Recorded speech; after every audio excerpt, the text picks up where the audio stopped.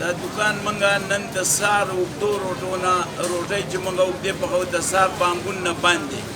د اوسه پورې 100 روپۍ پورې وړه ګران شولو 200 روپۍ دا وړه توړه ګرانه شوله دا زموږ د برداشت نه بار ده دې کې زموږ ډېر سخت تاوان دی د ورځې 3 بورۍ چې پخېږي دا 3000 روپۍ تاوان دی موږ دا شی نشو برداشت کولی عوامو له ښه شی ورکوو حکومت دې په دې سبسیډي واچوي موږ له دې راکړي ده خو ویلې چې زه نوی پاکستان جوړوم په نوي پاکستان کې د عوامو نه دا وړه او چیني او وړه هم ختم کړله نو زه دا وایم چې نوی پاکستان جوړی که زوړ عوامو له دا وړه چې دی ښه ماهره وړه ورکړه ښه وړه وله ورکړه 100 روپۍ پورې ګرانه ده دا زموږ د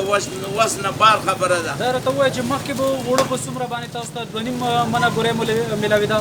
اوس دلته څومره میلاوېږي او روان وخت که ټیکس لګي نو بیا به څومره لګي موږ ته مخکې دا میلاوېده 15 کیلو بورۍ موږ ته میلاوېده په تقریبا په 15 باندې میلاوېده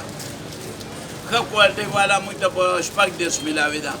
اوس موږ ته میلاوېږي ښه کوالټۍ والا 440 باندې 400 روپۍ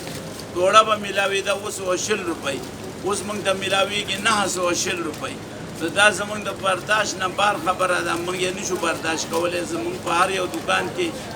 3000 روپۍ ورځ تاوان دی حکومت موږ سره بلکل همدردي نه چې 100 ټیکس یې په ننبۍ پسې هم راواچول دا د برداشت نه بار خبره ده مننه خوشحاله اوسئ